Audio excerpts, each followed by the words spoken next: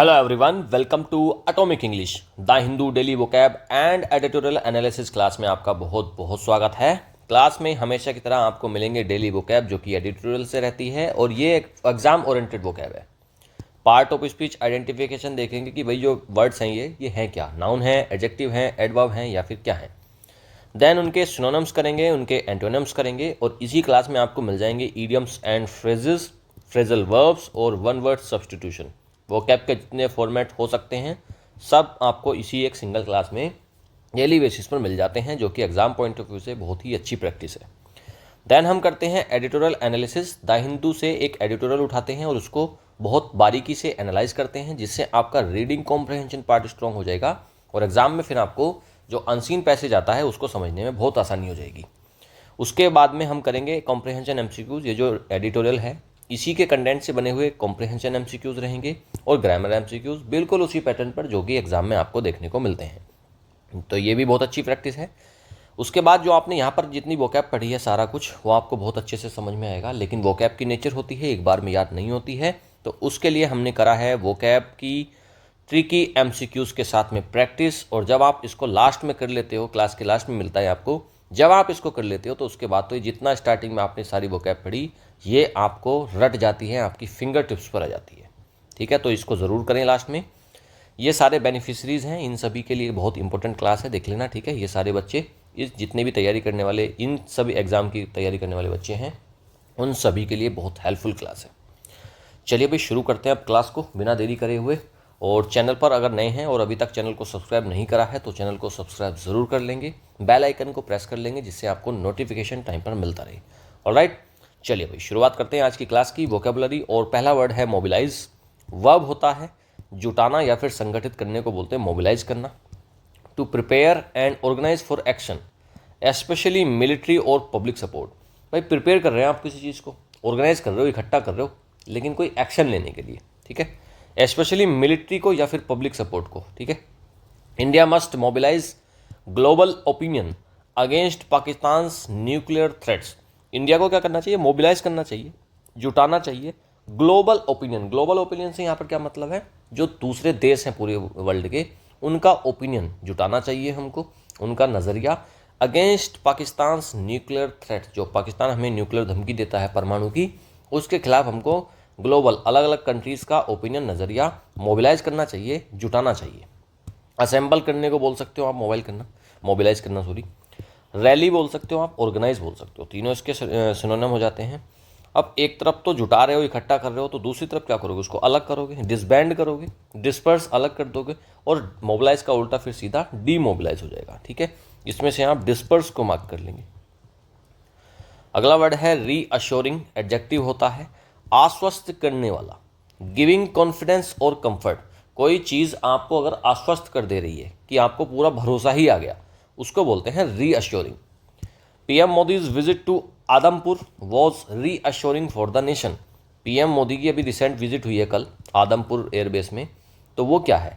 Was reassuring, वो आश्वस्त करने वाला था पूरे नेशन को। कंफर्टिंग, जो कंफर्ट दिलाए, आराम दिलाए। एनकरेजिंग, जो मोटिवेशन दे। और सूदिंग, जो आपको शांत करे। ठीक है, सूदिंग मार्क करो, बहुत अच्छा वर्ड है सूद, SOOTHE। एक तरफ तो आश्वस्त हो गए आप, निश्चिंत हो गए, तो इसका उल्टा क्या रहेगा? अलार्मिंग। अभी अलार्मिंग है मतलब चिंता है। डिस्टर्बिंग है, परेशान हो। अपसेटिंग, दुखी हो। ठीक है, तो ये तीन हो गए इसके एंटोनिम्स। अगला वर्ड है वोलेटाइल।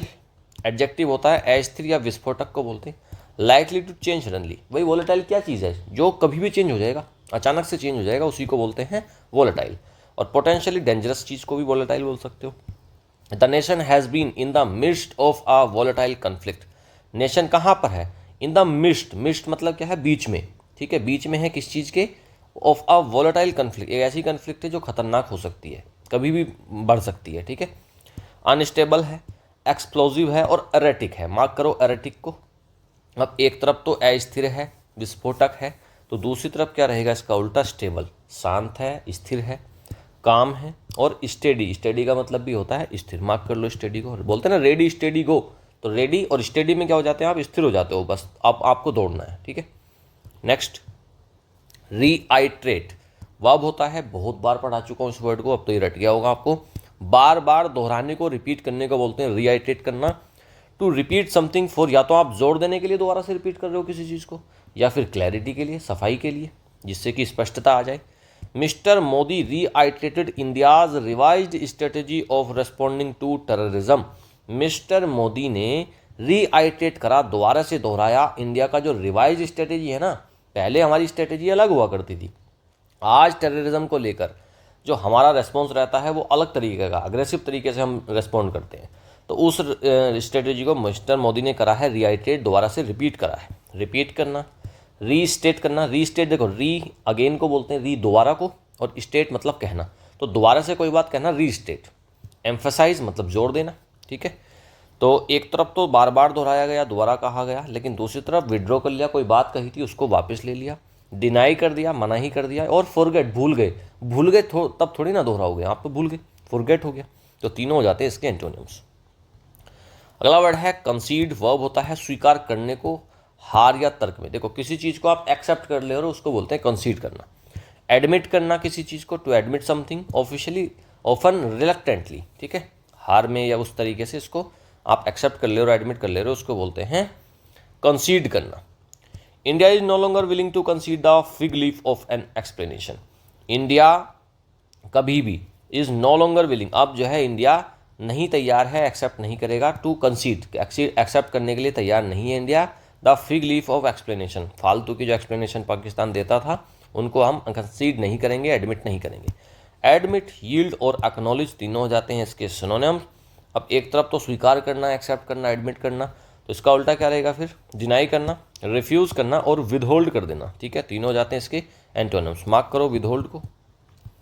नेक्स्ट अगला वर्ड है एमिनेटिंग। वर्ब है और इसका पार्टिसिपल यूज हुआ है आईएनजी वाला, एमिनेट वर्ड होता है, ठीक है, से निकलना या फिर प्रसारित होने को बोलते हैं emanating. Coming out from a source, एक जगह से कोई चीज़ निकल रही है तो वो क्या हो रही है, एमिनेट हो रही है। Only on the central question of terrorism emanating from that country, तो केवल किस क्वेश्चन पर, सेंट्रल क्वेश्चन क्या है टेररिज्म का, जो कि टेररिज्म कहाँ से, emanating from the country, Pakistan मान लो यहाँ पर, ठीक है। जब भी कभी टेररिज्म का नाम आएगा तो आपके दिमाग में पाकिस्तान ही आता होगा, और नहीं भी आता है तो आना चाहिए। Terrorism emanating from the country, terrorism जो कि देश से निकल रहा है, तो उसके केवल सेंट्रल क्वेश्चन की बात हो रही है। ओरिजिनेटिंग है, इमर्जिंग है, रेडिएटिंग, तीनों हो जाते हैं एमिनेटिंग के सिनोनिम। अब एक तरफ तो कोई चीज़ निकल रही है, अब अगर कहीं से निकलेगी तो मतलब क्या, स्टार्ट हो रही है ना, स्टार्टिंग भी बोल सकते हो आप यहाँ पर, स्टार्टिंग। अब एक तरफ अगर वहाँ से निकल रही है, स्टार्ट हुई, तो इसका उल्टा क्या रहेगा फिर, एंडिंग, एब्जॉर्बिंग और सीजिंग। सीजिंग का मतलब वहाँ से खत्म हो रही है, ठीक है, तीनों हो जाते हैं इसके एंटोनिम्स। अगला वर्ड है एजर्शन। नाउन होता है दृढ़ कथन को बोलते हैं, एक confident and forceful statement of fact और बिलीफ। भाई किसी फैक्ट का, किसी विश्वास का, बिलीफ का एक कॉन्फिडेंट और फोर्सफुल स्टेटमेंट है, किसी ने बहुत दृढ़ता के साथ में कोई बात कही, मतलब क्या, दावा करा बहुत तरीके से, उसको बोलते हैं assertion. He was categorical in his assertion that India would be guided by national interest. He was categorical in his assertion. Assertion मतलब दावा। वो जो दावा कर रहे थे, नरेंद्र मोदी की बात हो रही है। He was categorical in his assertion. अपने assertion में वो क्या थे, एकदम सटीक तरीके से बोल रहे थे कि that India would be guided by national interest, कि इंडिया को हम गाइड करेंगे नेशनल इंटरेस्ट से, देश के हित में ही कार्य होंगे। स्टेटमेंट बोल सकते हैं, assertion मतलब स्टेटमेंट। डिक्लेरेशन हो सकती है, क्लेम हो सकता है, तीनों हो जाते हैं इसके सिनोनिम्स। मार्क कर लो डिक्लेरेशन को, ये भी ठीक वर्ड है। एक तरफ तो दृढ़ कथन है, डिक्लेरेशन दिया जा रहा है, स्टेटमेंट करा जा रहा है, दूसरी तरफ डिनायल है, मना कर दिया गया, क्वेश्चन उठ गए हैं उस पर, साइलेंस हो गई है, ठीक है, तीनों हो जाते हैं इसके एंटोनिम्स। अगला वर्ड है फेस ऑफ। नाउन होता है आमने सामना करने को, टकराने को बोलते हैं फेस ऑफ करना। सिंपल बात बताऊं, झगड़ा करना। आ कन्फ्रंटेशन और डायरेक्ट एनकाउंटर, सीधा एकदम टकराने को बोलते हैं, झगड़ा करने को face of. The base was hit during the recent military face of, एक बेस है किसी आर्मी का, सेना का एक छावनी है, बेस है। Was hit during the recent military face of, face of मतलब दंगा, आमना सामना, टकराव, ठीक है। तो उसमें क्या हो गया, उसमें बेस को हिट करा गया, क्लैश हुई, एनकाउंटर करा गया और बैटल, तीनों हो जाते हैं इसके फेस ऑफ के सिनोनिम, ठीक है। क्लैश मतलब झगड़ा, एनकाउंटर का मतलब भी वही है, और बैटल तो झगड़ा होता ही है, युद्ध को बोलते हैं बैटल। एक तरफ तो आमना सामना हो गया, टकराव हो गया, दंगा हो गया, झगड़ा हो गया, युद्ध हो गया। दूसरी तरफ इसका उल्टा क्या रहेगा फिर, ट्रूस, संधि। अग्रीमेंट हो गया और रिकॉन्सिलिएशन हो गया। मार्क करो ट्रूस को, बहुत बार मैंने पढ़ाया। ट्रूस का मतलब होता है संधि, ठीक है, और रिकॉन्सिलिएशन का मतलब भी होता है सुलह। नेक्स्ट अगला वर्ड है इंसुलेट। वर्ब होता है अलग रखना, सुरक्षित रखना, उसको बोलते हैं इंसुलेट करना। To protect from external influence, उसको किसी भी चीज़ को इस तरीके से प्रोटेक्ट करना कि उस पर कोई एक्सटर्नल बाहर का कोई इन्फ्लुएंस प्रभाव ना पड़े। Strategy must be insulated from populist sloganeering, ठीक है, स्लोगन से बना है स्लोगन, स्लोगनियरिंग मतलब नारेबाजी। Strategy must be insulated, strategy को हमको अलग रखना चाहिए किस चीज़ से, पॉपुलिस्ट, केवल जो हवाबाजी की जो स्लोगनियरिंग होती है, जो नारेबाजी होती है, उससे स्ट्रेटेजी को हमें अपनी स्ट्रेटेजी को करना चाहिए इंसुलेट, अलग रखना चाहिए, सुरक्षित रखना चाहिए। इंसुलेट मतलब क्या, आइसोलेट बोल सकते हो, अलग रखना। शील्ड करना उसको मतलब उसको कवच बनाना, मतलब शील्ड का मतलब है उसकी रक्षा करना, प्रोटेक्ट करना, ठीक है। शील्ड को मार्क ही कर लो ना, ठीक है। शील्ड क्या होता है, पहले जैसे तलवारबाजी होती थी तो एक तलवार होती थी हाथ में और एक ढाल होती थी, जो शील्ड ढाल को बोलते हैं, बचाने को, सेव करने को, प्रोटेक्ट करने को। एक तरफ तो अलग थलग रख रहे हैं, सुरक्षित कर रहे हैं, तो दूसरी तरफ इसका उल्टा क्या हो रहा है, एक्सपोज करना, उसको दिखा देना, इंटीग्रेट करना और कनेक्ट करना, तीनों इसके एंटोनिम्स हो जाते हैं। अगला वर्ड है स्टेक्स। नाउन होता है दांव या फिर हिस्सेदारी को बोलते हैं स्टेक्स। रिस्क और potential loss involve in a situation, किसी एक सिचुएशन में कोई लॉस या कोई रिस्क इन्वॉल्व है, उसी को तो बोलते हैं दांव पर लगी हैं चीज़ें। इंडियाज स्टेक्स आर हाई, भारत के जो दांव हैं, जो चीज़ें दांव पर लगी हैं वो हाई हैं, बहुत ज़्यादा हैं। And they must not be held hostage, और वो ऐसे ही उसके दबाव में हमको नहीं आना चाहिए। रिस्क बोल सकते हो आप उसको, इंटरेस्ट बोल सकते हो, और इन्वेस्टमेंट, ठीक है, तीनों हो गए दांव। अब एक तरफ तो दांव है, ये सारी चीज़ें हो गई, लेकिन दूसरी तरफ सर्टेनिटी है। दांव का मतलब क्या, कहीं ना कहीं चीज़ें रिस्क पर हैं, तो इसका उल्टा सर्टेनिटी है कि नहीं कोई रिस्क नहीं है, बस सर्टेनिटी है, होना ही होना है वो काम। गारंटी है और सेफ्टीज़ हैं, ठीक है, ये हो जाते हैं इसके एंटोनिम्स। अगला वर्ड है कोवर्ट। बहुत प्यारा वर्ड है, एग्जाम में बहुत बार आया है, मोस्ट इंपॉर्टेंट वर्ड है, 2 बार इसको स्टार मार्क करेंगे। एडजेक्टिव है, गुप्त को बोलते हैं हिडन और सीक्रेट, कोई चीज़ बिल्कुल छिपी हुई है, सीक्रेट है, गुप्त है, उसको राज है, उसको बोलते हैं कोवर्ट। कोवर्ट ऑपरेशंस में be extremely useful for strategic interest, जो कोवर्ट ऑपरेशंस हैं, जो गुप्त ऑपरेशंस हैं जो आर्मी करती है, मे बी एक्सट्रीमली यूजफुल, बहुत ज़रूरी होते हैं, हो सकते हैं, फॉर स्ट्रेटेजिक इंटरेस्ट, जो हमारी रणनीति के साथ जो करी जाती हैं चीज़ें, उनके लिए बहुत इंपॉर्टेंट हो सकते हैं कोवर्ट ऑपरेशंस, गुप्त ऑपरेशन। सीक्रेट हो सकता है गुप्त का मतलब, कोवर्ट का। क्लैंडेस्टाइन बहुत प्यारा वर्ड है, और हिडन, क्लैंडेस्टाइन को मार्क करेंगे, सीक्रेट से ही मतलब है इसका। एक तरफ कोवर्ट है तो इसका उल्टा क्या रहेगा, ओवर्ट, ओपन है मतलब पब्लिक, तीनों का सेम मीनिंग है, मतलब खुला, ठीक है। कोवर्ट मार्क करा था तो आपने फिर ओवर्ट को भी मार्क करो, इसको क्यों छोड़ रहे हो। अगला वर्ड है सैब्र रेटलिंग। नाउन होता है युद्ध की धमकी देने को बोलते हैं सैब्र रेटलिंग। थ्रेटनिंग बिहेवियर है, specially in terms of military aggression, और ख़ास तौर पर किस चीज़ का थ्रेटनिंग बिहेवियर है, धमकी वाला, कि जब आप मिलिट्री का एग्रेशन दिखाते हो, जैसे पाकिस्तान हमको दिखाता था हर बार, इस बार तो बढ़िया सी पिटाई हो गई इसकी, तो अब तो ये सैब्र रेटलिंग ख़त्म इसकी।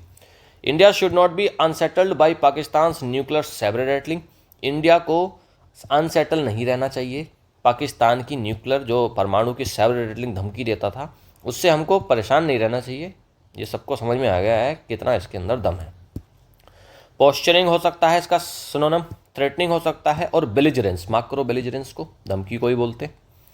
एक तरफ तो धमकी दी जा रही है, लेकिन दूसरी तरफ क्या हो रहा है भाई, डिप्लोमेसी हो रही है, बिल्कुल शांति से बातचीत के जरिए चीज़ों को करा जा रहा है। पीस है, कॉन्सिलिएशन मतलब सुलह, ठीक है जी। अगला वर्ड है कॉग्निजेंट। एडजेक्टिव होता है जागरूक या फिर अवगत है कोई, है ना, अवेयर है, उसको बोलते हैं कॉग्निजेंट। अवेयर और हैविंग नॉलेज ऑफ समथिंग, किसी चीज़ की जानकारी है तो उसका मतलब क्या है, कॉग्निजेंट है। Discussion should be cognizant of the risk of nuclear weapons. Discussions जो होते हैं, बातचीत जो हो रही है इंडिया पाकिस्तान के बीच में, शुड बी कॉग्निजेंट, वो कैसी होनी चाहिए, कॉग्निजेंट होनी चाहिए, जागरूक होनी चाहिए, अवगत होनी चाहिए, किस चीज़ से, कि भाई जो न्यूक्लियर वेपन्स का जो रिस्क है उससे भी हमको अवगत रहना चाहिए, उसको इग्नोर नहीं करना चाहिए। तो कॉग्निजेंट मतलब जागरूक, अवेयर, इन्फॉर्म्ड मतलब पता होना चाहिए, इन्फॉर्मेशन होनी चाहिए, और कॉन्शियस, होश में होना चाहिए, ठीक है। अब एक तरफ अवेयर, इन्फॉर्म्ड है, कॉन्शियस है, जागरूक है, अवगत है, तो इसका उल्टा क्या रहेगा फिर, इग्नोरेंट, लापरवाह, अनअवेयर, कोई पता ही नहीं है, अवेयर ही नहीं हो आप, ओब्लिवियस, ठीक है, ओब्लिवियस को मार्क करो। चलिए भाई, ये हमने इडियम्स एंटोनिम्स सिनोनिम्स वर्ड्स आज के हमने देख लिया। अब हम करते हैं शुरुआत इडियम्स एंड फ्रेजेस की। और क्लास को जितने भी बच्चे अभी देख रहे हैं सारे लोग अभी इसको लाइक करेंगे। पहला है इडियम प्ले ट्रुआंट। स्कूल या काम से गायब हो जाने को बोलते हैं play truant. To stay away from school या ड्यूटी विदाउट परमिशन, बिना परमिशन के स्कूल से भाग गए या फिर ड्यूटी से भाग गए, उसको बोलते हैं play truant. The soldier was punished for playing truant during critical hours, ठीक है। तो क्या होता था, देखो स्कूल में गए, आपको पढ़ना चाहिए, लेकिन प्ले ट्रुआंट आपने तुरंत वहाँ जाकर खेलना शुरू कर दिया और वहाँ से आप भाग गए। भाई आप खेलोगे तो आप पढ़ाई से तो भाग ही गए ना। तो प्ले ट्रुआंट का क्या मतलब है, किसी काम से गायब हो जाना, एब्सेंट हो जाना किसी जगह से बिना किसी परमिशन के। The soldiers was punish, soldier क्या हो गया, पनिश हो गया, उसको सजा मिल गई।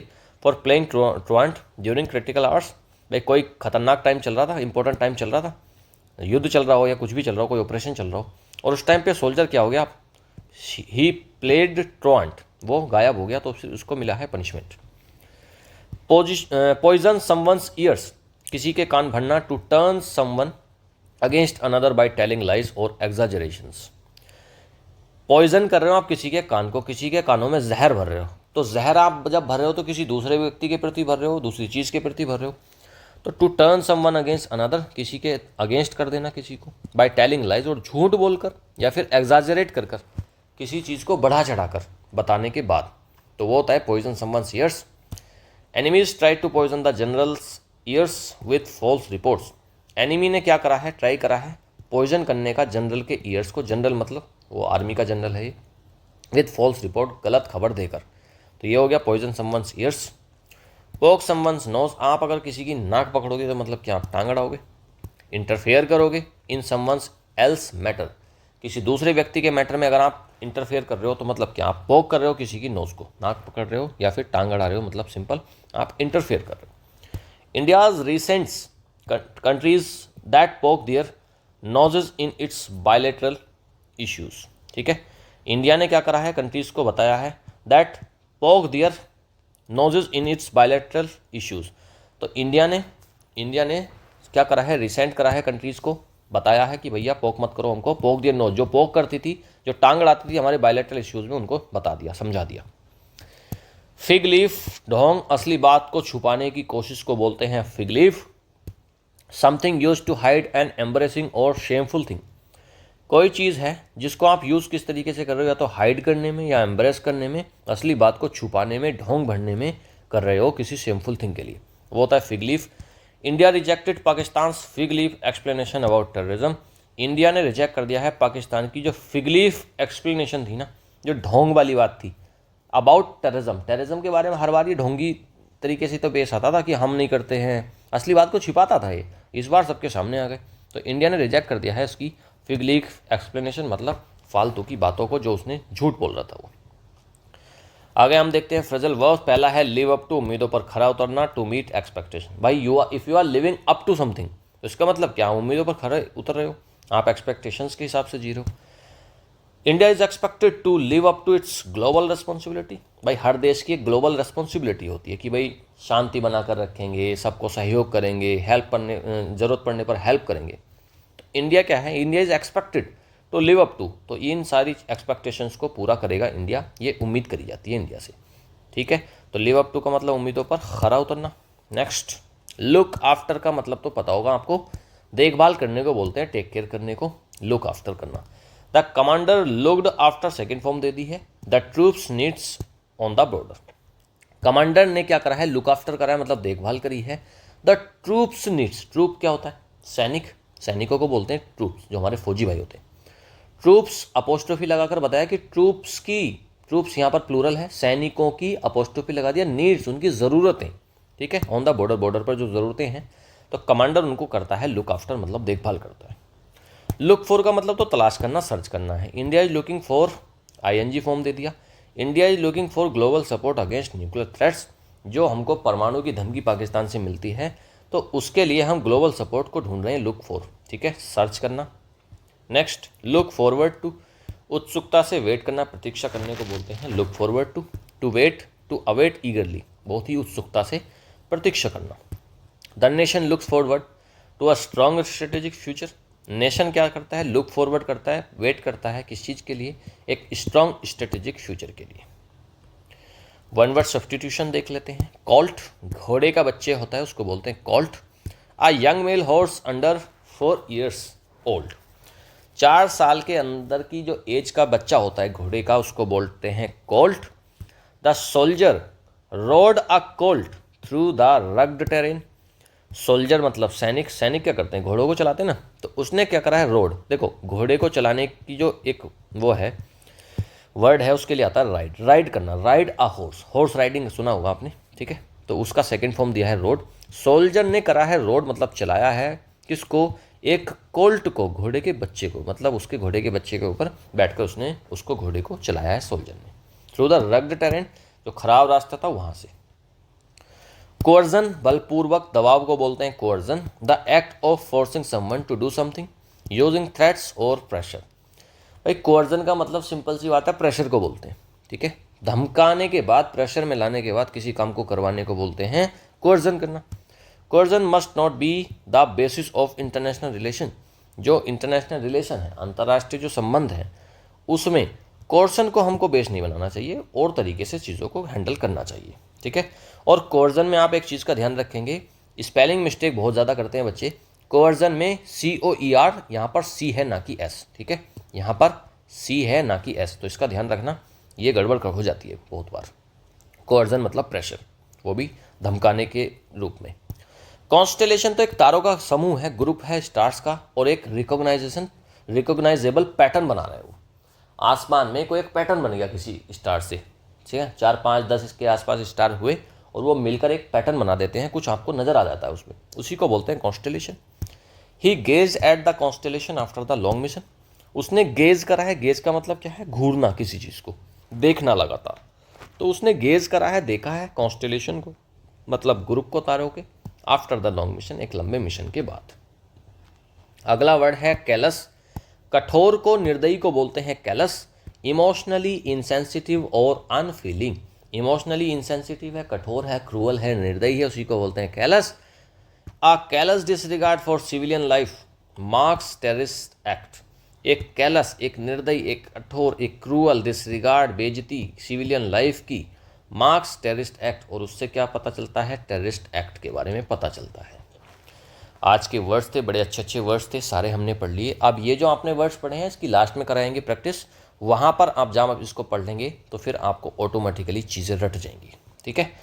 अब हम करते हैं एडिटोरियल एनालिसिस। इससे आपका रीडिंग पार्ट बहुत स्ट्रांग होता है, डेली बेसिस पर कर लिया करो इसको। अगर आपने रीड करना सीख लिया ना, अगर आपने इंग्लिश को रीड करना सीख लिया, तो मेरा यकीन करना, ना आपके लिए वोकैब भारी है फिर, और ना आपके लिए ग्रामर भारी है, क्योंकि आपको रीड करने की एक बार हैबिट पड़ जाए फिर तो चीज़ें बहुत आसान हो जाती हैं। चलिए भाई, अब हम शुरू करते हैं इसको, आज के एडिटोरियल को। बहुत प्यारा एडिटोरियल है आजकल, पाकिस्तान और इंडिया के ऊपर जो अभी चल रहा था ये फेस ऑफ, उसी के ऊपर आजकल एडिटोरियल चल रहे हैं लगातार, बड़ा मज़ा आ रहा है, अच्छे एडिटोरियल समझ में आ रहे हैं। चलिए भाई, एडिटोरियल एनालिसिस करते हैं आज का।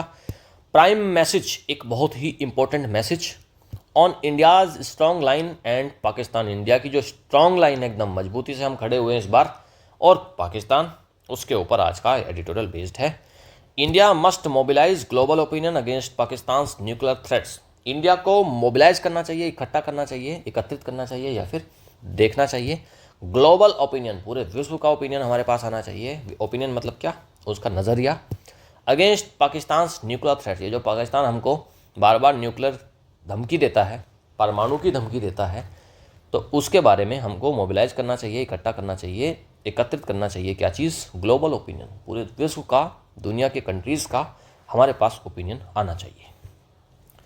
Prime minister Narendra Modi's address to the nation on Monday night May 12, 2025 and his visit to the Adampur base of the Indian Air Force in Punjab on the front lines with Pakistan on Tuesday were reassuring for the nation that has been in the midst of a volatile conflict.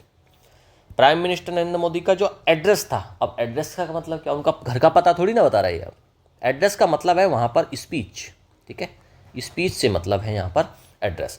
Prime minister Narendra Modi की जो speech थी, address था to the nation, पूरे देश को जो उन्होंने address करा, speech the, on Monday night 12 मई को, और फिर उनकी विजिट आदमपुर बेस में जो हुई है कल, ऑफ द इंडियन एयरफोर्स का बेस है पंजाब के आदमपुर में, वहाँ पर उन्होंने विजिट करा on the front lines with Pakistan. और जब कहाँ पर, बिल्कुल फ्रंट लाइन पर हैं हम इस टाइम, पाकिस्तान के साथ युद्ध की स्थिति में है। ऑन ट्यूसडे, कल के दिन को बता रहा है, वर रीअश्योरिंग फॉर द नेशन, और ये नेशन के लिए कैसा था, रीअश्योरिंग, एकदम आश्वस्त करने वाला था पूरे देश को, that has been in the mist of, mist मतलब बीच में, और किस चीज़ के बीच में हुआ है ये, ऑफ अ वॉलेटाइल कन्फ्लिक्ट, एक ऐसा वॉलेटाइल कन्फ्लिक्ट है जो कभी भी भड़क सकता है। वॉलेटाइल मतलब कभी भी भड़क सकता है, कभी भी चेंज हो जाए। तो ऐसे कन्फ्लिक्ट के बीच में, ऐसे स्थिति के बीच में है ये। Mister Modi reiterated India's revised strategy of responding to terrorism with clarity and resolve। Mister Modi ने reiterate करा है, दोबारा से दोहराया है, इंडिया की जो रिवाइज स्ट्रेटेजी है, आज जो इंडिया की स्ट्रेटेजी बदल चुकी है। भाई पहले देखो क्या होता था, ये आतंकवादी लोग हमले कर जाते थे और इनको कोई जवाब नहीं मिलता था। 26/11 का इतना खतरनाक हमला हुआ हमारे देश में, है ना, वो हमारी हिस्ट्री का एक ब्लैक डे है, और उस पर हम लोग कोई एक्शन नहीं ले पाए थे। तो ये बहुत ख़राब स्थितियाँ चल रही थी। लेकिन आज इंडिया की जो स्ट्रेटेजी है वो रिवाइज्ड है, बदल चुकी है, और हम रेस्पॉन्ड करते हैं टेररिज्म को विद क्लैरिटी एंड रिजोल्व। तो इस चीज़ को मोदी जी ने रिआइटेट करा, दोबारा से दोहराया। For one, India is no longer willing to concede the fig leaf of an explanation of an offered by Pakistan that terrorist were non state actors acting independently of the state. India is no longer willing, अब हम लोग कोई इच्छुक नहीं है इस चीज़ को कंसीड करने में, एक्सेप्ट करने में, मानने में, जो fig leaf of explanation Pakistan हमको बार बार ऑफर करता था कि भाई झूठी बातें बताता था हमको, और क्या कहता था कि जो टेररिस्ट है ना, were non state actors acting independently of the state. ये कहता था कि ये ना हमारे साथ मिले हुए नहीं है, ये इंडिपेंडेंट तरीके से, पाकिस्तान भी इससे परेशान है, इंडिपेंडेंट तरीके से नॉन स्टेट एक्टर्स हैं, हमारा कोई इसमें हाथ नहीं है। लेकिन इस बार तो ये एक्सपोज हो गया, क्योंकि वहाँ के जो जनाजे उठ रहे थे, जब आतंकवादी जो हमारी सेना ने मारे, उनके जो जनाजे उठ रहे थे, वहाँ पर पाकिस्तान की आर्मी के ऑफिसर शामिल थे, वो उनको कांधा दे रहे हैं। तो उन सब चीज़ों में जब इनका पता लगा, तो अब हम लोग we are no longer willing to concede the fig leaf explanation. ठीक है। Operation Sindoor is ongoing, operation Sindoor अभी भी चल रहा है, but it is also a continuation of this new strategic approach which earlier manifested less successfully in the surgical strikes of 2016 and Balakot air strikes of 2019। Operation Sindoor ongoing है, अभी भी चल रहा है, अभी भी जारी है, बंद नहीं हुआ है, but it is also a continuation. और ये क्या है, ये एक तरीके का कंटिन्यूएशन है, ये जारी है अभी भी। क्या चीज़, of this new strategic approach, एक नई स्ट्रेटेजिक अप्रोच हम लोग लगा रहे हैं, विच अर्लियर मैनिफेस्टेड, जो काम हमने पहले करा था लेकिन वो लेस सक्सेसफुल हुआ था, इतने बड़े पैमाने पर नहीं कर पाए थे हम। कब, जब हमने सर्जिकल स्ट्राइक करी 2016 की, वो इतने व्यापक पैमाने पर नहीं थी। बालाकोट की एयर स्ट्राइक 2019 में, वो भी इतने बड़े पैमाने पर नहीं थी, लेकिन उन्हीं का कंटिन्यूएशन मान लो आप ऑपरेशन सिंदूर को, जो आज भी जारी है, और इसमें हमने बड़े पैमाने पर पाकिस्तान की कमर तोड़ने का काम करा है, आतंकवाद की कमर तोड़ने का काम हमारे ऑपरेशन सिंदूर में हुआ है। India is willing to engage with Pakistan diplomatically, but only on the central and relevant question of terrorism emanating from that country and the status of Pakistan occupied Kashmir। India is willing to engage with Pakistan। हम लोग engage होने के साथ पाकिस्तान में diplomatic तरीके से तो तैयार हैं, बातचीत करने के लिए तो हम तैयार हैं बिल्कुल, but only on the central and relevant question of terrorism. लेकिन केवल और केवल एक सेंट्रल, एकदम केंद्र में क्या बात रहेगी, रिलेवेंट क्वेश्चन क्या रहेगा, जो टेररिज्म है, आतंकवाद पर बात होगी। और कौन से आतंकवाद पर, जो इमिनेट हो रहा है कंट्री से, पाकिस्तान से जो इमिनेट निकल रहा है आतंकवाद, उस पर बात होगी। एंड द स्टेटस ऑफ पाक ऑक्यूपाइड कश्मीर, और पाकिस्तान ने जो हमारा कश्मीर को कब्जा रखा है, उसके स्टेटस पर बात होगी। मोदी जी ने अपनी जो एड्रेस टू द नेशन करा है, उसमें ये साफ बात करी है कि पाकिस्तान से अगर बात होगी तो केवल और केवल टेररिज्म पर बात होगी और पीओके पर बात होगी। Mister Modi also made it clear that India would stay the course on the decision to suspend the Indus water treaty. और मिस्टर मोदी ने बिल्कुल क्लियर कर दिया है कि जो इंडस वाटर ट्रीटी थी, जो जल संधि है हमारी, जो हम पानी दे रहे थे इसको, वो सस्पेंड रहेगा। ये हमारा पक्का डिसीजन है, ये सस्पेंड ही रहेगा। Though Mr. Modi did not directly join issues with US President Donald Trump on his claim that his administration brokered the understanding between New Delhi and Islamabad, he was categorical in his assertion that India would be guided entirely by its national interest in deciding its future course of action। हालांकि mister Modi ने direct तरीके से तो नहीं करा इस मुद्दे को। जो यूएस प्रेसिडेंट डोनाल्ड ट्रंप हैं, तो ट्रंप साहब अब इस टाइम क्या क्लेम कर रहे हैं? उनका क्लेम क्या है कि उनके एडमिनिस्ट्रेशन ने ब्रोकर कर दिया, डील करवा दी इंडिया और पाकिस्तान की, और ये झगड़ा उन्होंने मिटा दिया। Understanding between the new Delhi मतलब इंडिया एंड इस्लामाबाद मतलब Pakistan.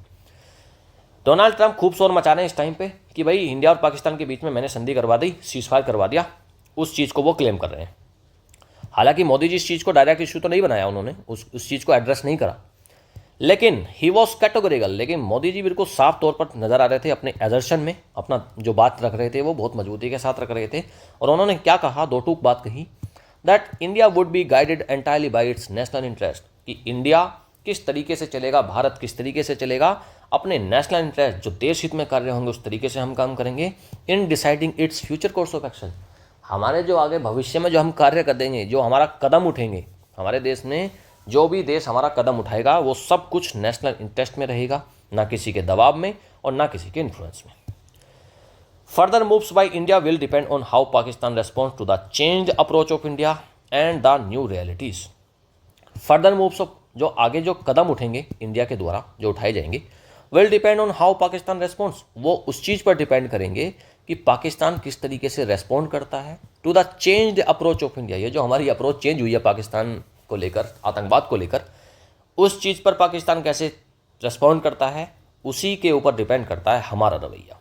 And the new realities, और जो आजकल नई हकीकत बन चुकी हैं, उन चीज़ों को लेकर ही हम चलेंगे। ऐसा नहीं है जैसे पहले चल रहा था वैसे अब कुछ भी नहीं चलेगा, सब कुछ बदल चुका है।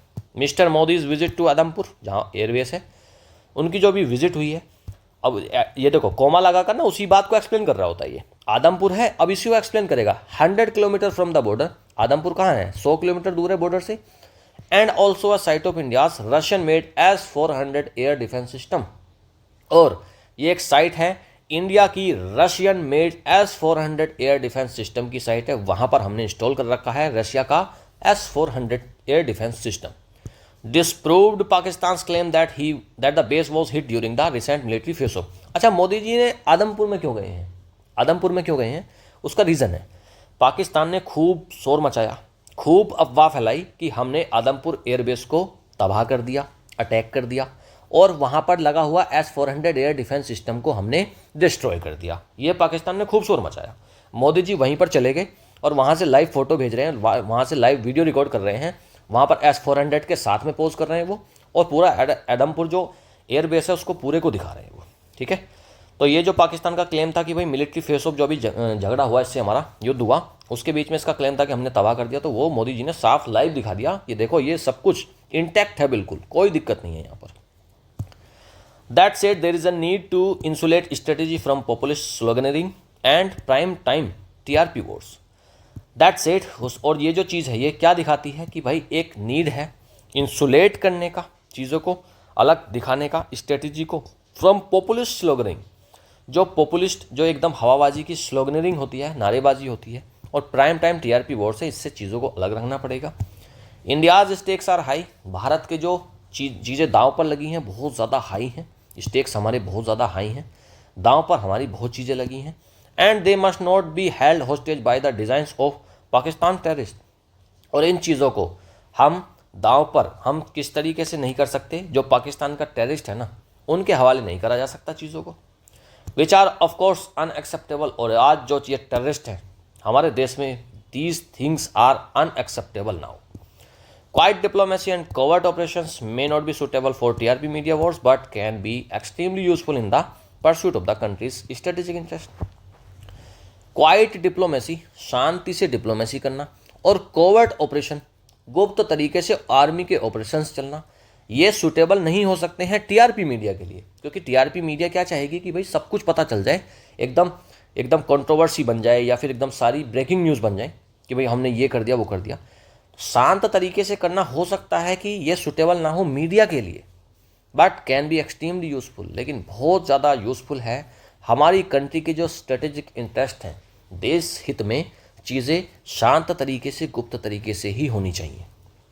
While India should not be unsettled by Pakistan nuclear sabre rattling, Pakistan जो ये न्यूक्लियर की परमाणु की हमले की जो हमको सेवरल रैटलिंग धमकी देता है बिना बात की, फालतू की, उससे हमको अनसेटल नहीं होना चाहिए, परेशान नहीं होना चाहिए।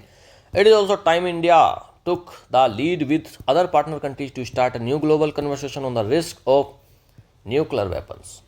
और आज क्या समय है? इट इज़ ऑल्सो टाइम, ये समय क्या है? इंडिया को करना चाहिए, लीड करना चाहिए विद अदर पार्टनर कंट्रीज, दूसरे पार्टनर कंट्रीज के साथ मिलकर लीड करना चाहिए और स्टार्ट करना चाहिए एक नया ग्लोबल कन्वर्सेशन, एक नई पूरे वैश्विक स्तर पर बातचीत शुरू करनी चाहिए। किस चीज़ पर? On the risk of nuclear weapons, परमाणु हथियारों के ऊपर जो रिस्क है उसके ऊपर बातचीत पूरे विश्व के साथ में मिलकर करनी चाहिए। The dangers of a nuclear conflict are far too serious to be ignored. जो खतरे हैं, जो परमाणु युद्ध की जो खतरे हैं बहुत ज़्यादा सीरियस हैं, टू बी इग्नोर्ड, उनको इग्नोर नहीं करना चाहिए। And discussions with in India and the world should be cognizant of that. और जो बातचीत हैं, जो डिस्कशंस हैं, जो इंडिया और वर्ल्ड के बीच में जो बातचीत होनी चाहिए, and the world should be cognizant of that, और ये क्या होने चाहिए? इनके बारे में हमको कॉग्निजेंट होना चाहिए, अवेयर होना चाहिए। While India's position against third-party interference in India-Pakistan relations is a historically established position, it must also build opinion against Pakistan's strategy of terrorism and nuclear blackmail. देखो, इंडिया की जो पोजीशन है ना, third party interference नहीं चाहते हम। India Pakistan के relation के बीच में हम थर्ड पार्टी को चाहते ही नहीं है। ये एक हिस्टोरिकली एस्टेब्लिश्ड पोजीशन है। हमने हमेशा से ये कहा है कि जब भी बातचीत होंगी हम दोनों देश बैठकर करेंगे, तीसरा हमको कोई थर्ड पार्टी नहीं चाहिए। It must also build global opinion against Pakistan strategy of terrorism and nuclear blackmail. लेकिन किन चीज़ों पर? केवल हमने कहा है कश्मीर के मुद्दे पर। टेररिज्म के बारे में हम पूरे विश्व को शामिल कर सकते हैं, हम ग्लोबल ओपिनियन देख सकते हैं। इट मस्ट ऑल्सो बिल्ड, हमको देखना चाहिए, ग्लोबल ओपिनियन हमको लेना चाहिए, दूसरे देशों को भी इसमें इन्वॉल्व करना चाहिए। पाकिस्तान की जो स्ट्रेटेजी है ना टेररिज्म को लेकर और न्यूक्लियर ब्लैकमेल को लेकर, तो इसमें हमको विश्व के दूसरे देशों को भी ग्लोबल ओपिनियन को शामिल करना चाहिए। ठीक है जी, बहुत प्यारा एडिटोरियल था, बड़ा मजा आया पढ़ के भाई मुझे तो। कॉम्प्रहेंशन एमसीक्यूज करते हैं। What core change on in India's policies highlighted through operation Sindoor. Operation Sindoor में क्या चीज़ सामने आई? Engaging in diplomatic talks with Pakistan, ये बात सामने आई क्या आपके?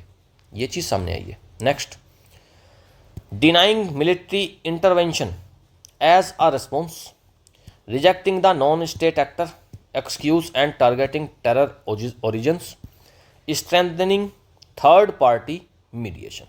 बताओ भाई इनमें से कौन सा ऑप्शन आपको ज़्यादा सटीक लगता है? इंगेज करेंगे हम डिप्लोमेटिक टॉक्स में पाकिस्तान के साथ में, हमने इंगेज करा ऑपरेशन सिंदूर पे? नहीं भाई, बातचीत नहीं करी हमने, इस बार तो मुंह तोड़ जवाब दिया है। डिनाई कर दिया हमने मिलिट्री इंटरवेंशन? नहीं, डायरेक्ट था भाई, मिलिट्री तो हमारी पूरी एक एक्शन में थी। रिजेक्ट कर दिया हमने ये थ्योरी पाकिस्तान की भैया कि ये जो आतंकवादी हैं, नॉन स्टेट एक्टर हैं, हमारे देश से इनका कोई मतलब नहीं है, ये एक्सक्यूज़ लेता था।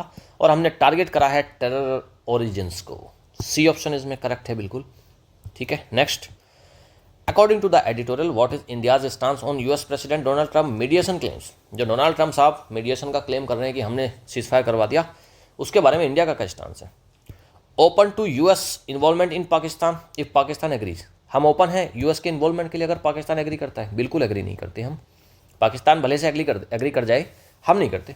हम तो किसी तीसरी पार्टी को लाना ही नहीं चाहते ना बातचीत के बीच में। Acknowledges Trump's role behind close doors. अच्छा, हमने डोनाल्ड ट्रंप के रोल को क्लोज डोर मतलब पीछे से हमने एक्सेप्ट कर लिया? नहीं, ये भी नहीं करा।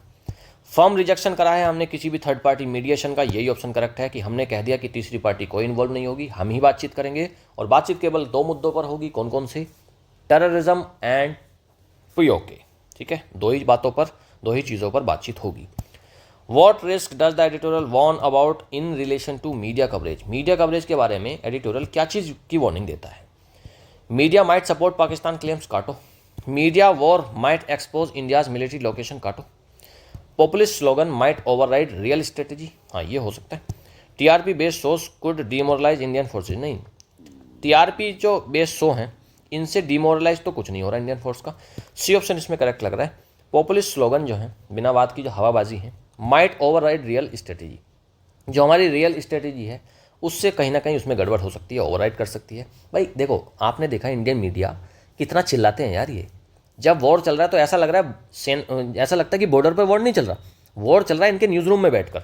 कितनी तेज़ी से चिल्लाते हैं, कुछ भी फेक न्यूज़ फैला रहे हैं, कुछ भी कर रहे हैं, पॉपुलिस्ट स्लोगनिज्म हो रही है उसमें, ठीक है। तो ये सी ऑप्शन इसमें करेक्ट है। Grammar MCQs, identify the correct use of subject verb agreement. अच्छा भाई, सब्जेक्ट वर्ब एग्रीमेंट करना है, चलिए करिए। सब्जेक्ट वर्ब एग्रीमेंट में मैंने आपको बता रखा है, आपको सब्जेक्ट को पहचान लेना है, सिंगुलर है या प्लूरल है, उसी के अकॉर्डिंग आपको वर्ब फिल कर देना है, बस इतना ही होता है यार। द नेशन हैव बीन, देखो नेशन क्या है, सिंगुलर है, तो उसके लिए तो हैज़ आना चाहिए, काटो। क्वाइट डिप्लोमेसी, चुपचाप तरीके से बातचीत, एंड कोवर्ट ऑपरेशन और गुप्त ऑपरेशन, ये तो दो बातें हो, एक बात ये हो गई और एक बात ये होगी, तो दो बात होगी ना मिलकर, एंड से जोड़ दिया अगर हमने, प्लस कर दिया, एक ये दो बात होगी, तो यहाँ पर इज क्या कर रहे हैं, यहाँ पर तो आर लगाओ।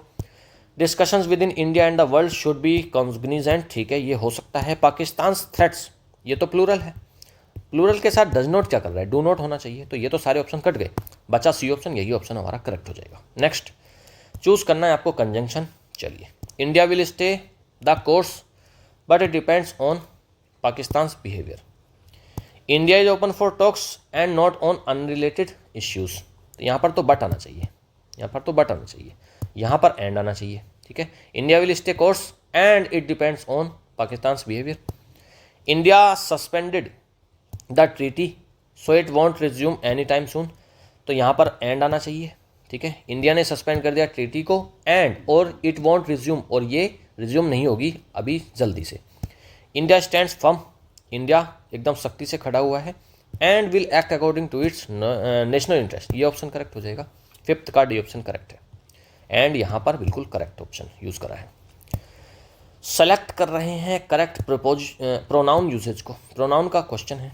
India and their allies must initiate global dialogue, India क्या है पहली बात तो ये बताओ, इंडिया सिंगुलर है, इंडिया के लिए दियर तो कहीं से कहीं तक सही नहीं है, इसके लिए तो इट्स आता है, पहला ऑप्शन तो कट गया।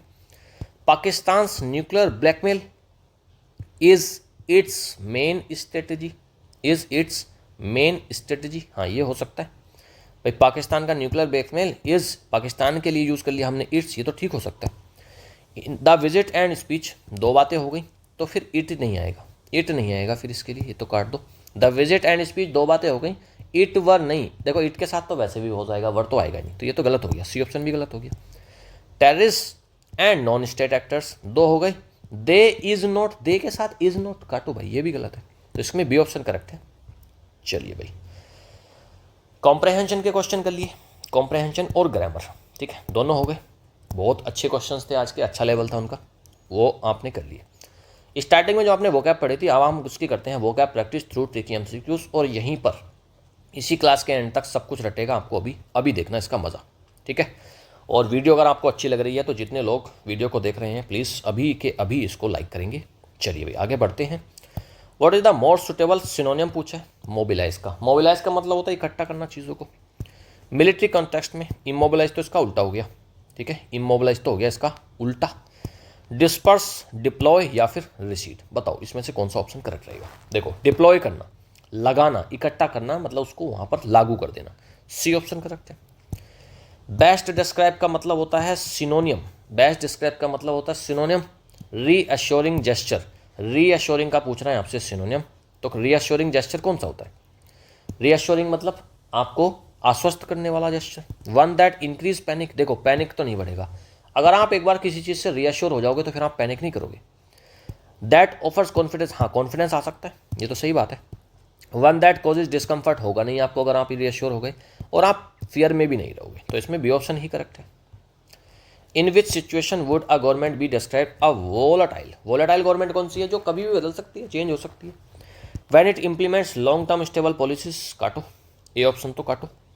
When it reacts emotionally and unpredictably to events, भाई वोलाटाइल क्या है, जो कभी भी चेंज हो जाए।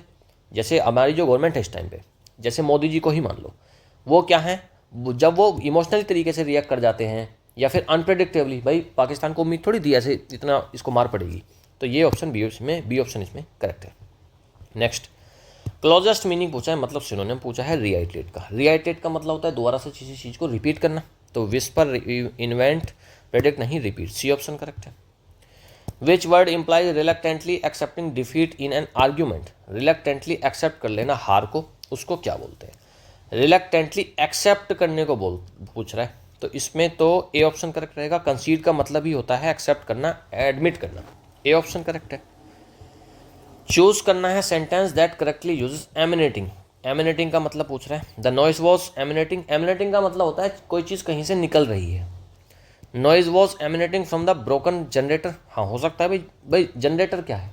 जिससे बिजली बनती है ना, वो जनरेटर एक मशीन है, वो ब्रोकन है, टूटी हुई है, तो उससे तो नॉइज निकलेगी ना। इमिनेटिंग हो सकता है।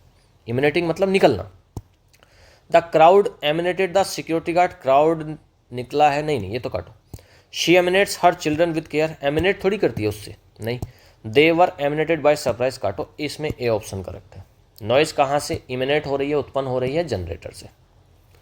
Which of the following words means a firm declaration of intent और बिलीफ। इसके बारे में पूछ रहा है भाई, किसको बोलते हैं ये? 7 का गैस करना नहीं, एजर्शन। हाँ, एक फर्म डिक्लेरेशन है। डिक्लेरेशन कोई तो एजर्शन बोलते हैं यार।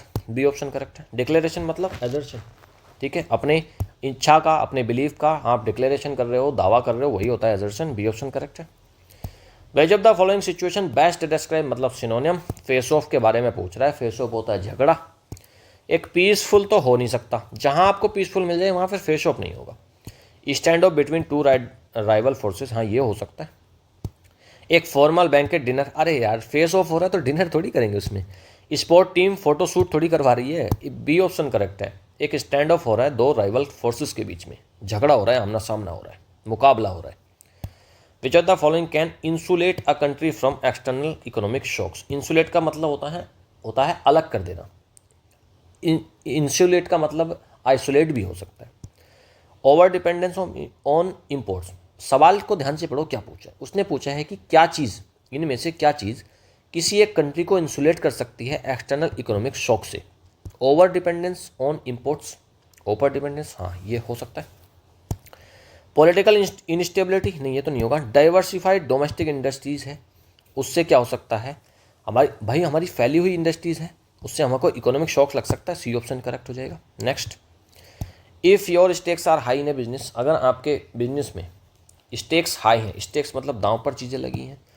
You have little to lose, आपके पास बहुत कम चीज़ें हैं लूज करने के लिए। नहीं, अगर स्टेक्स हाई हैं तो फिर चीज़ें कम क्यों हैं, लिटिल क्यों हैं? फिर काटो पहला तो। You are uncertain about the risk, हाँ ये हो सकता है। You have a lot to gain और lose, you have a lot to gain और लूज, हाँ ये भी हो सकता है। यू आर इनडिफरेंट, ये तो काटो। दो बातें हैं। अगर आपके स्टेक्स हाई हैं किसी बिजनेस में, इसका मतलब क्या है? या तो आपको बहुत लाभ हो सकता है या फिर आपको बहुत ही हानि हो सकती है। सी ऑप्शन करेक्ट है। आपके पास बहुत सारी चीज़ें दांव पर लगी हुई है, यही तो मतलब होता है बिजनेस में स्टेक्स का। भाई बिजनेस में या तो फायदा होगा या नुकसान होगा, दो में से एक काम तो निश्चित है ना। तो you have a lot to gain, a lot to lose. Which of the following opposite है कोवर्ट का? कोवर्ट होता है गुप्त, गुप्त operation. Stealthy, private, public, secret. Stealthy, private, secret तीनों नहीं होंगे, तीनों का मतलब एकांत होता है, गुप्त होता है। पब्लिक कर दो इसको। सी ऑप्शन करेक्ट है। भाई कोवर्ट गुप्त और पब्लिक, अगर कोई चीज़ हो गई तो वो तो सबके सामने आ गई। सी ऑप्शन करेक्ट है। Which expression means threatening behaviour through military display. क्या चीज़ है उसको बोलते हैं सैबर रैटलिंग, सैबर रैटलिंग बोलते हैं उसको। तो 12 का बी ऑप्शन करेक्ट है। सैबर रैटलिंग का मतलब होता है किसी चीज़ को थ्रेटन करना, मिलिट्री डिस्प्ले करना, कि भाई हम अपनी आर्मी से वो कर देंगे, आक्रमण कर देंगे, उसका थ्रेटनिंग को बोलते हैं सैबर रैटलिंग। ये sentence shows someone is Cognizant of danger. कोई चीज़ कॉग्निजेंट ऑफ डेंजर है मतलब क्या? अवेयर है। ही जम्प्ड विदाउट थिंकिंग, नहीं। शी एक्टेड ब्लाइंडली, नहीं। He ignored all the warning, नहीं। She was fully aware, aware को ही बोलते हैं कॉग्निजेंट। जो भी रिस्क इन्वॉल्व था उसकी वो अवेयर थी। डी ऑप्शन इसमें करेक्ट है। If a student plays truant, what are they doing? अगर कोई स्टूडेंट प्ले ट्रुआंट मतलब प्ले ट्रुआंट, वो उसने तुरंत खेलना शुरू कर दिया तो मतलब वो पढ़ाई से भाग गया, हेल्प नहीं कर रहा टीचर की, स्किप कर दिया उसने स्कूल को बिना परमिशन के। बी ऑप्शन ही करेक्ट हो जाएगा। प्ले ट्रुआंट का मतलब होता है तुरंत खेलने लग गया। प्ले तुरंत, प्ले कर रहा है तुरंत, पढ़ नहीं रहा, प्ले तुरंत कर रहा है मतलब स्किप कर दिया उन्हें स्कूल को without permission. B option correct है। Which idiom describes filling someone with misleading और हार्मफुल इन्फॉर्मेशन। किसी के व्यक्ति को आपने क्या कर दिया? मिसलीड कर दिया, हार्मफुल इन्फॉर्मेशन दे दी, मतलब क्या? आपने पॉइजन कर दिया उसके कान को। Poison someone's ears. B option correct है। If a country constantly pokes its nose, अगर कोई व्यक्ति अपनी नोज पॉक करता है मतलब क्या? दूसरे कंट्री के अफेयर्स में, मतलब क्या? टांग अड़ाता है। साइलेंट सपोर्ट नहीं देता, कमिट पार्टनरशिप नहीं करता, न्यूट्रल नहीं रहता, इंटरफियर करता है अननेसेसरीली। सी ऑप्शन इसमें करेक्ट आंसर है। विच इडियम सजेस्ट करता है hiding something embarrassing under a false explanation. Fig leaf. Fig leaf का मतलब क्या होता है? बिना बात की झूठी एक्सप्लेनेशन देने के बाद किसी खतरनाक, किसी शर्मिंदगी वाली चीज को छिपाना, वही होता है fig leaf. C option correct है।